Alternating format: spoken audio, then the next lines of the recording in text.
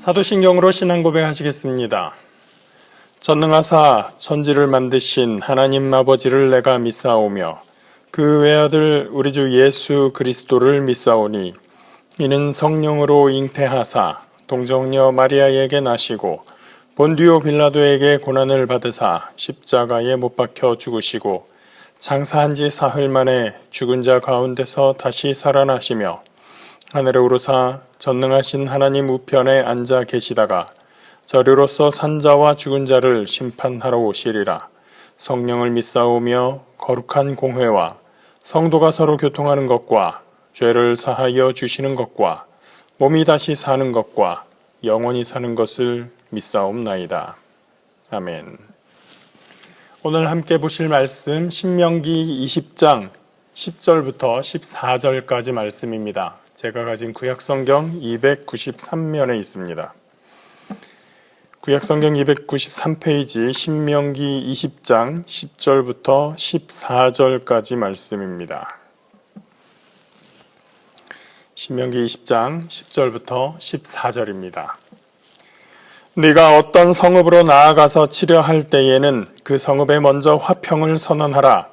그 성읍이 만일 화평하기로 회답하고 너를 향하여 성문을 열거든 그 모든 주민들에게 네게 조공을 바치고 너를 섬기게 할 것이요. 만일 너와 화평하기를 거부하고 너를 대적하여 싸우려 하거든 너는 그 성읍을 애워쌀 것이며 내 하나님 야훼께서 그 성읍을 내 손에 넘기시거든 너는 칼날로 그 안의 남자를 다 쳐 죽이고 너는 오직 여자들과 유아들과 가축들과 성읍 가운데에 있는 모든 것을 너를 위하여 탈취물로 삼을 것이며 너는 내 하나님 야훼께서 내게 주신 적군에게서 빼앗은 것을 먹을지니라. 아멘. 20장은 전쟁에 관한 본문입니다. 성경에서 전쟁에 관한 본문을 대할 때 주의할 점은 20세기를 넘어서 21세기를 살고 있는 오늘날 우리의 기준, 우리의 현대적인 상황과 사고를 기준으로 평가하지 말아야 된다는 점입니다. 성경이 기록되던 당시의 상황과 문화를 이해할 필요가 있다는 것이죠. 이스라엘 백성은 약속의 땅 가나안에서 두 가지의 전쟁을 치르게 됩니다. 가나안 정착 이전에 가나안 정복 전쟁이 그 첫 번째이고 가나안 정착 이후에 영토를 확장하는 과정에서 벌어진 전쟁, 그것이 두 번째입니다. 이 두 번째 전쟁인 영토 확장 전쟁은 이전에 가나안 정복 과정에서 있었던 그 진멸 정쟁과는 성격도 다르고 그 목표하는 바도 다른 전쟁이 됩니다. 오늘날은 함부로 영토 확장을 위해서 이웃나라를 침범하는 것, 침공하는 것이 세계 질서상 쉽게 용인되는 일은 아닙니다. 그렇다고 해서 침공한 국가더러 비난만 하기에는 국가들마다 자국의 이해관계가 얽혀 있어서 외교적으로 세심한 접근이 필요합니다.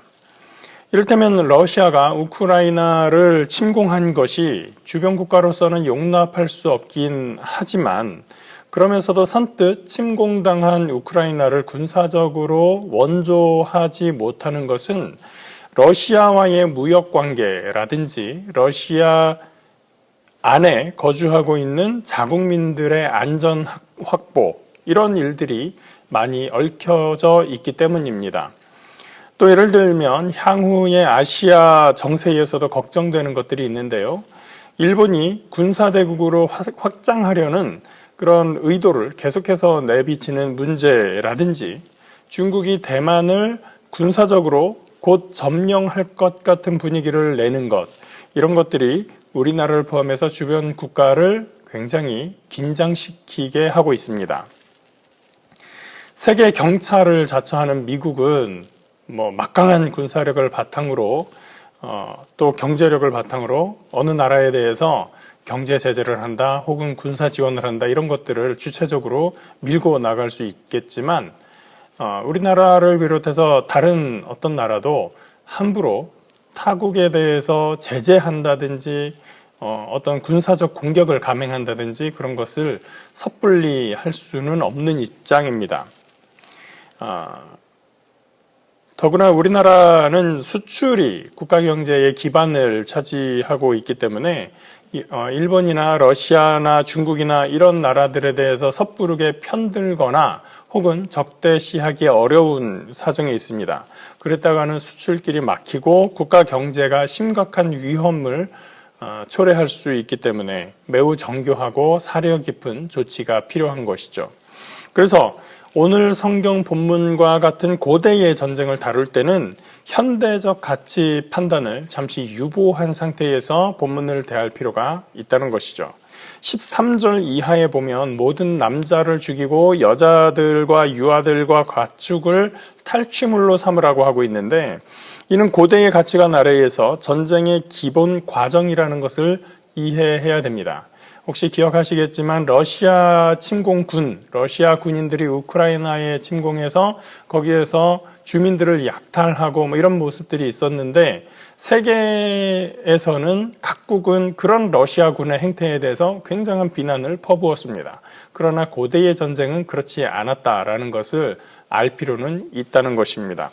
오히려 이 전쟁을 시작하는 13절 앞의 10절 상황을 우리는 주목을 해야 되는데, 이것은 당시로서도 매우 독특한 과정이기 때문입니다. 10절 말씀 한번 다시 보겠습니다. 네가 어떤 성읍으로 나아가서 치려할 때에는 그 성읍에 먼저 화평을 선언하라. 그러니까 영토 확장을 한다고 해서 무조건 쳐들어가서 빼앗는 것이 최고의 전술이 아니라고 이야기하는 것입니다. 사실은 싸움에서 가장 효과적인 전술이 있다고 하면 그것은 기습작전일 것입니다. 상대가 방심하고 있을 때 누군가가 우리를 공격할 것이라고 상상하지 못하는 그 시기에 쳐들어가서 공격을 한다면 우리 편의 피해도 최소화하고 상대로서는 아무 준비 없이 공격당하기 때문에 속수무책이기 쉽습니다. 그러나 율법은 우선 평화적인 접근을 요청을 하고 있는 것입니다. 그때 11절은 상대방이 화평에 응하는 장면이 제시됩니다. 이것은 이스라엘의 국력과 군사력이 상대국보다 강하거나 최소한 엇비슷하다라는 것을 전제합니다. 주변의 약소국들이 와서 당신네들 우리와 평화협정 맺지 않으면 우리가 쳐들어가겠소라고 하는데, 강대국이 그래 그러면 우리 평화협정 맺읍시다 라고 하는 나라는 없을 테니까 말이죠. 그렇다면 하나님은 이스라엘이 강대국이라 할지라도 약소국에 대해서 군사력을 동원해서 마구잡이로 막무가내로 밀고 가는 것, 그것을 하지 말라고 말씀하고 계신 겁니다. 성경은 늘상 이런 입장을 강조합니다. 다윗이 왕권을 이용해서 밧세바를 취했을 때, 그래서 밧세바의 원래의 남편을 죽게 만들었을 때 나단 선지자를 보내셔서 다윗을 비판하게 합니다. 아합이 왕권을 이용해서 나봇을 죽이고 그의 포도원을 취했을 때 엘리야가 하나님의 보내심을 받아서 아합을 경고합니다. 국가적인 차원에서도 힘이 있다 해서 다른 힘이 약한 성읍을 함부로 짓밟는 것을 허용하지 않고 우선 평화적으로 대화하라 라고 하는 것이 하나님의 말씀인 겁니다. 그랬었는데 11절에서처럼 상대 성읍이 화평에 호응하고 성문을 열어서 맞이하면 그들에게 조공을 바치도록 하고 섬기게 하라라고 명령하시는 것입니다. 혹시나 이 내용을 보고 결국은 그 성읍의 재물을 빼앗는 거네 라고 단순하게 비평하지 말아야 할 것은, 조공을 받는다는 것은 종주국으로서 향후에 그들의 안전에도 책임을 진다는 의미가 되기 때문입니다. 그 성읍은 이미 다른 강대국에 조공을 바치고 있었을 것입니다. 그 조공을 이제 그쪽을 끊고 이스라엘에게 바친다고 하는 것은 이제 이스라엘이 이 성읍을 보호해야 될 필요가 있다. 그 성읍을 도와줘야 할 의무가 있다라는 것을 말하는 것입니다. 빼앗기기만 하는 깡패 같은 국가 조직이어서는 안 된다는 얘기죠. 그렇게 화평 조약을 제안했는데 거절하면 그때는 전쟁입니다. 고대의 전쟁의 룰에 따라서 전쟁을 치르게 되는 것입니다. 그때 적용되는 것이 13절과 14절의 결과인데 이것은 15절 이하에 나타나는 가나안 정복전쟁, 아까 말씀드렸던 진멸전쟁과는 다른 것입니다.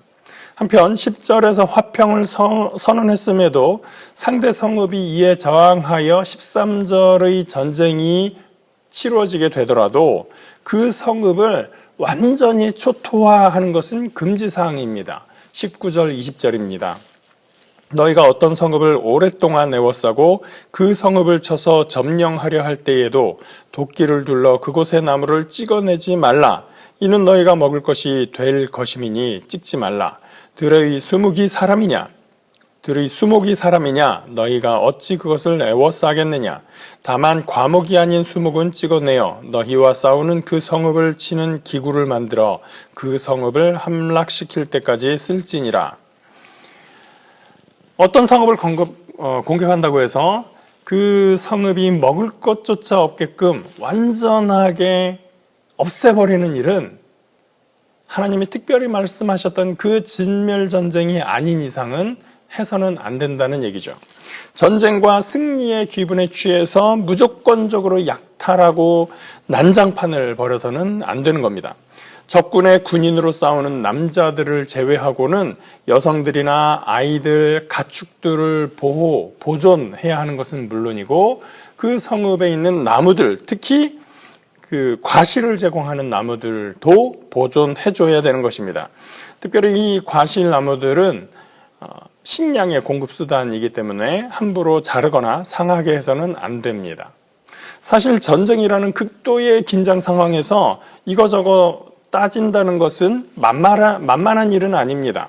그만큼 하나님은 우리가 어떤 상황에서 정신줄 놓고 무작정 덤벼드는 것을 경계하고 계신 것이기도 합니다. 특히 전투의 지휘관이 우선적으로 이런 것들을 잘 관리할 수 있는 소양을 가지고 있어야 되겠죠. 그것을 지휘 책임이라고 합니다. 개별 군인이 잘못했어도 지휘관이 일정 부분 책임을 져야 하는 것이죠. 그것이 또한 공동체이기도 합니다. 저도 군에서 지휘관의 위치에 있어 봤지만 지휘관이 정상적인 지시를 하더라도 병사들이 모두 그 지시를 성실하게 이행한다는 보장이 없습니다. 병사들이 지시를 불이행함으로써 문제가 발생한다면 당연히 그 지시를 이행하지 않은 병사에게 책임을 묻게 됩니다. 그런데 그 문제가 병사 개인의 문제가 아니라 부대나 작전 자체에 나쁜 영향을 주게 되고 그 심각성이 클수록 지휘관의 지휘 책임을 묻는 것이 더 크게 되어 있는 것이 군 조직이라고 하는 것입니다. 군대 조직이라는 것이 그런데 더 큰 조직인 국가 조직에서는 더더욱 당연한 일이겠죠.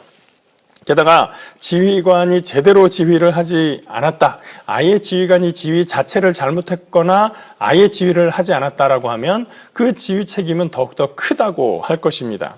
그래서 비록 비정한 사륙이 벌어지는 그런 전쟁에 임하는 것이라 하더라도 일정의 질서에 따라서 진행하도록 하는 것, 정신줄 놓지 말고 막무가내로 무작정하니 그 기분에 취해서 도취되지 말라고 하는 것, 그것이 하나님의 백성들에게 주시는 율례였다는 것이 오늘 본문에서 이야기해 주는 것입니다.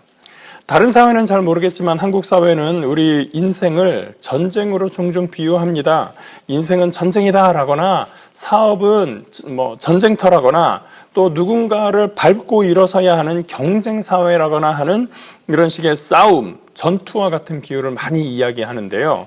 그런 사회에 대해서 오늘 본문을 문자 그대로 적용할 수는 없겠지만 먼저 화평을 선언하고 그럼에도 전투를 해야 하는 상황이라면 넘지 말아야 할 선을 지키면서 싸워야 한다는 원칙을 유념할 필요가 있습니다. 왜냐하면 우리는 하나님의 백성이기 때문입니다. 하나님의 백성은 세상과 다르기 때문에 상황을 이끌어가는 원칙도 다르고 대처하는 방식도 다릅니다. 세상의 수단과 방법을 가리지 않고 자기의 이익만을 추구할 때 하나님의 백성은 하나님의 질서를 따라갑니다. 터무니없이 희생당하고 있는 사람은 없는지, 불필요한 희생을 만들어가고 있지는 않은지, 또 지나친 경쟁으로 도태되어서 회복되지 못하고 있는 사람은 없는지를 살펴야 됩니다. 하나님은 하다못해 말하지 못하고 감정을 표출하지 못하는 그 나무까지도 보존하라고 하시는데 우리는 말로만 천하보다 귀한 생명이라고 말하면서 누군가의 희생에 대해 관심 가지지 않는다면 그것은 심각한 문제인 것입니다. 더구나 산업화 시대를 거쳐서 이제 정보화 시대가 될 때 사람들은 더욱더 소외되어 가고 있습니다. 하나님께서 아름답게 만드신 사람에 대해서, 그리고 하나님께서 아름답게 만드신 세상의 질서와 환경에 대해서 우리는 관심을 가져야 됩니다. 여러분의 삶의 기준이 하나님의 기준이 되어야 될 줄 믿습니다. 이웃 성읍과 전쟁하기 전에 먼저 화평을 선언하듯이 우리도 하나님의 질서 안에서 이웃과 먼저 화평하기를 우선하며 주의 뜻을 따르는 하나님의 백성으로 결단하시기를 촉구합니다. 그래서 그 안에서 우리가 하나님의 백성으로 일컬음을 받을 수 있는 주님의 백성들 다 되시기를 예수님의 이름으로 축원합니다. 기도하겠습니다. 사랑과 은혜의 하나님 감사합니다. 하나님, 우리가 주님의 이름으로 주님의 백성으로 부르심을 받았습니다. 하나님, 전쟁과 같은 세상의 삶 속에서 우리가 온전히 전쟁에만 몰두하는 것이 아니라 하나님의 뜻을 따르며 하나님의 뜻 가운데 질서 있게 살아갈 수 있는 하나님의 은혜로운 평화의 백성들이 될 수 있도록 인도하여 주시옵소서. 먼저 이웃과 평화하며 그리고 어떤 상황에서도 하나님의 그 뜻을 잃지 아니하는, 우리가 정신 놓지 않고 하나님의 백성다움을 잃지 아니하는, 성령 안에서 주님의 뜻을 따라 살아가는 하나님의 백성 되게 하여 주시옵소서. 오늘도 하나님께서 귀하신 부르신 그 안에서 믿음으로 온전케 되는 하나님의 백성들 되게 하실 줄 믿고 감사드리며 예수 그리스도의 이름으로 기도합니다. 아멘. 하늘에 계신 우리 아버지여, 이름이 거룩히 여김을 받으시오며 나라가 임하시오며 뜻이 하늘에서 이루어진 것 같이 땅에서도 이루어지이다. 오늘 우리에게 일용할 양식을 주시옵고 우리가 우리에게 죄 지은 자를 사하여 준 것 같이 우리 죄를 사하여 주시옵고 우리를 시험에 들게 하지 마시옵고 다만 악에서 구하시옵소서. 나라와 권세와 영광이 아버지께 영원히 있사옵나이다. 아멘.